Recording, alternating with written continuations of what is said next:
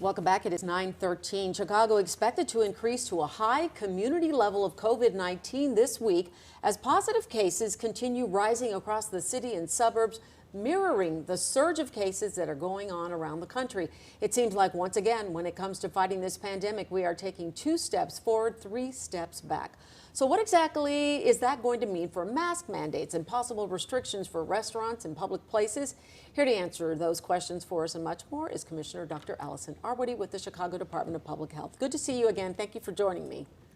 Happy to be here. Okay, let's talk. I want to take a look at the map right now that's showing across the country, and specifically our area from the CDC, showing that currently anything that is in orange is considered high. All of the yellow is considered medium. We are at medium. But when do you expect our area to hit that high community level, and what does that mean?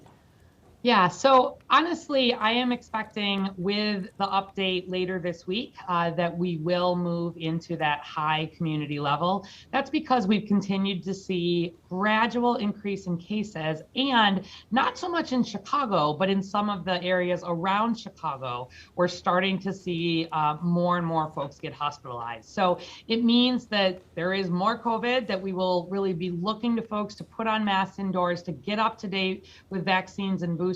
It does not yet mean a indoor mask requirement.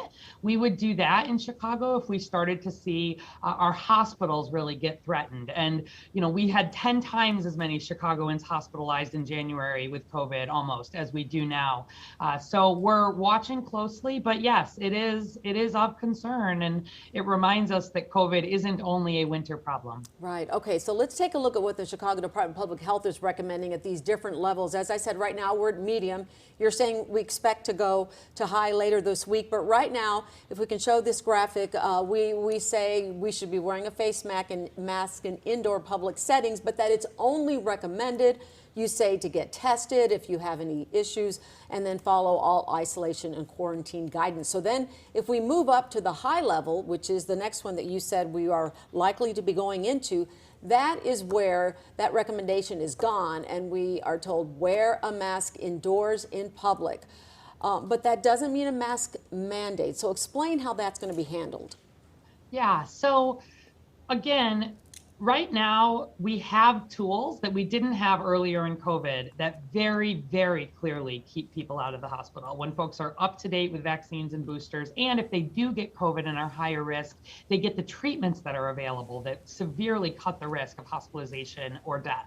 So we would turn to an indoor mask requirement here in Chicago if our hospitals started to be threatened, like we saw in January, February, where we really couldn't keep up with that surge of patients.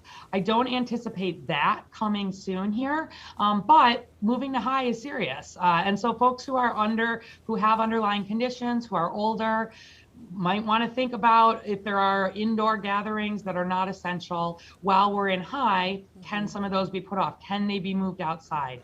I don't think we'll probably be in high for a long, long time here, but COVID has surprised us before, and it just continues to mutate.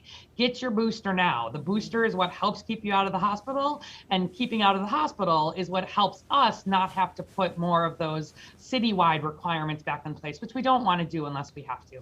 Okay, what do you want to say to people who are at home watching? So many people have had COVID now. So many people have been vaccinated.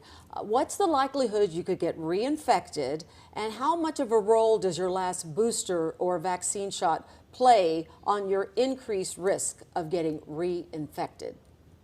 So we are seeing a lot of people right now in Chicago and across the country getting COVID for the first time. Most of those people are up to date, have been vaccinated. In some cases, they never got a booster. And really with Omicron, that is a 3-dose version you need a 3-dose version of the vaccine. So if you haven't had a vaccine, unless you started in 2022, you should have had 3 doses by now. But what I'll say is most of what we are seeing at this point in people who are up to date with vaccine are really quite mild infections.